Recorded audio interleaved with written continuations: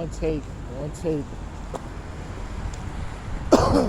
This is NBA Onetake featuring yours truly, Pretty Boy Lake. This is NBA Onetake for your head. NBA Onetake for your brain. Coming to you live on this snowy day in Brooklyn, New York. There's a little flurry here.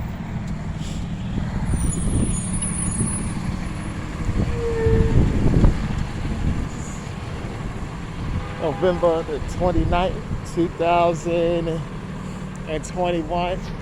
You can subscribe to me on YouTube. Follow me on Twitter, Snapchat, and Instagram.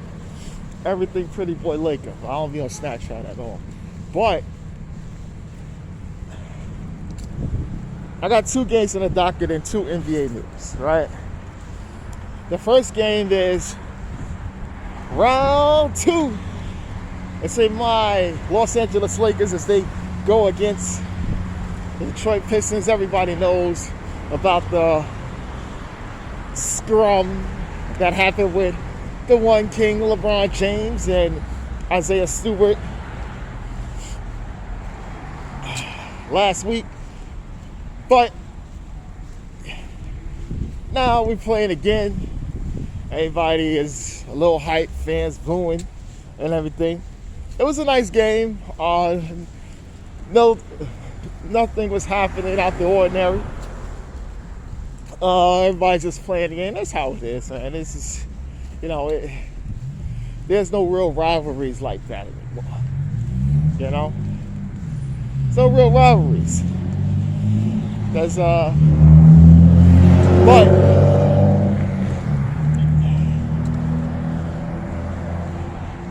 the Lakers get that win. Yeah, we got it. LeBron had 33. He had 9. Russell with 25. AD, Anthony Davis, 24. And for the Detroit, it was just Jeremy Grant. You put up 32. He's just always going to be putting up good numbers. But we get the close win and we beat them, man. Something, I want some blowout wins from our Lakers. Seriously. I don't know. We get the win. I'm kind of happy with that. And the next game was the Golden State Warriors versus the LA Clippers. Steph Curry again. Magical. Hitting all sides, taking it to the basket, just doing everything. Jordan Poole had a nice night with 18. Andrew Wiggins had a good night. But Steph is just Steph. He's going to be the MVP, barring any craziness that happens. At the league's best record, they got them saying they're on pace of winning 74-8.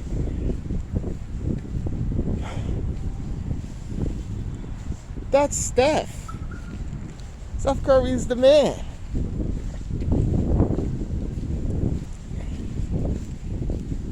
He's the man. Steph is the man. And Paul George, he had a good night. But I think he had 32 or something like that. But he was just like the only bright spot for the Clippers. There ain't nobody else, but Warriors, it was closer than Steph and them ran away with it. Man, Steph Curry is just phenomenal.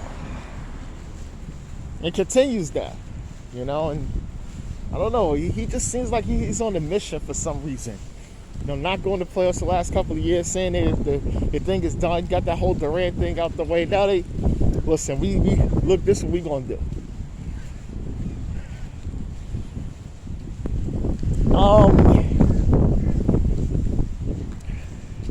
Somebody asked me, it says, yo, Steph get the championship this year and wins finals MVP. Oh, somebody's coming out the top 10 list. Oh, definitely. It gotta be. Because that gives him a finals MVP, all those wins. You don't know how many other championships he get. No, he goes in that top 10. he gets in that top 10. You know?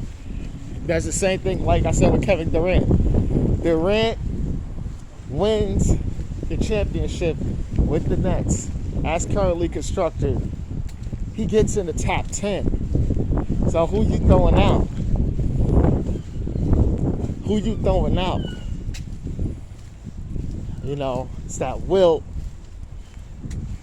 You know, you got the, who else you got there? Tim Duncan, Shaq, possibly Kobe, maybe Larry Bird.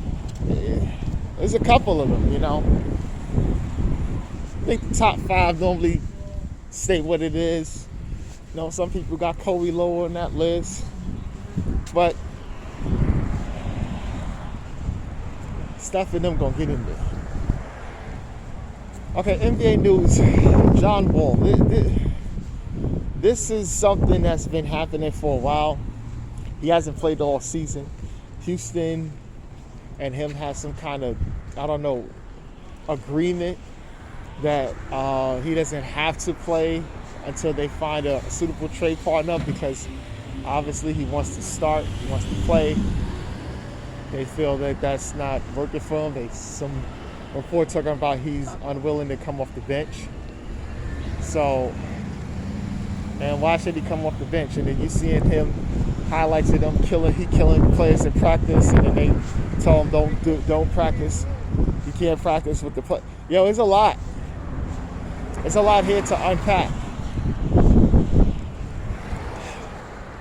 And I hate when you hearing people saying, well, John Wall should be coming off the bench for a contender. No, John Wall should be starting for most of these franchises out here, even the ones that's contending to go to the playoffs. That's how good John Wall is. I don't want to hear that stupid crap that y'all want to say. That's stupid. And I hate when it's the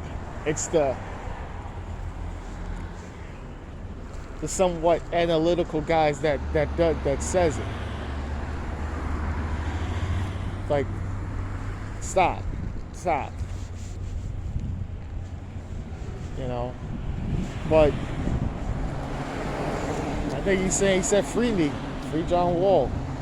Well, I'll be saying that, like I've said, free James Harden. I'll say free John Wall. Free him. All right, and this last NBA news, Michael Porter Jr., he's going to be out for the season with this lower back procedure. Now, I'm going to tell you something. He just got that rookie max extension. I know there's some protections on it because it's a back injury, so the team is protecting themselves, as well as you just remember notably Joel Embiid when he signed their rookie max. So they put protection. I know they got protections on it. This is concerning because anytime you get a back procedure, you're most likely not going to be anything to what you were before. So now him having this back procedure again, and it's not the first time, it's not the second time, it's the third time. He had it in college. He had his first season he had it in his other season. You know, he's been missing some years. And he's had knick-knack injuries with the same back.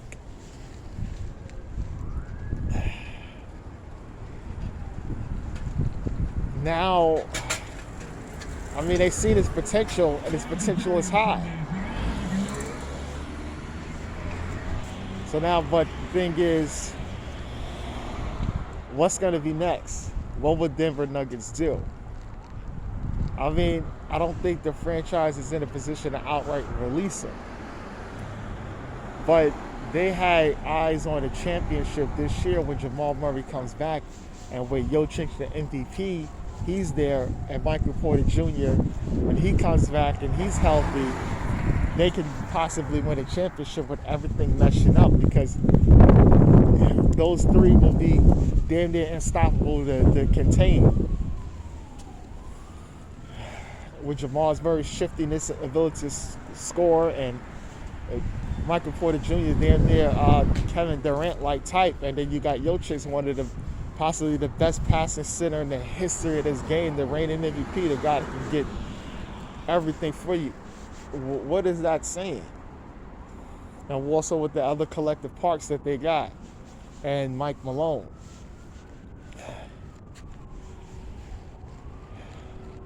Because this is breaking news for me, and I don't have too much into it because, like I said, I'm not gonna click and read what I already know. But this is really concerning, and his future is definitely up in the air. We don't know. Back surgery for a third time is a lie. Okay, for a person, I deal with customers a lot that has these surgeries, and they're never the same. So for him to have it again, it's concerning. This is NBA Onetake, Pretty Boy Laker.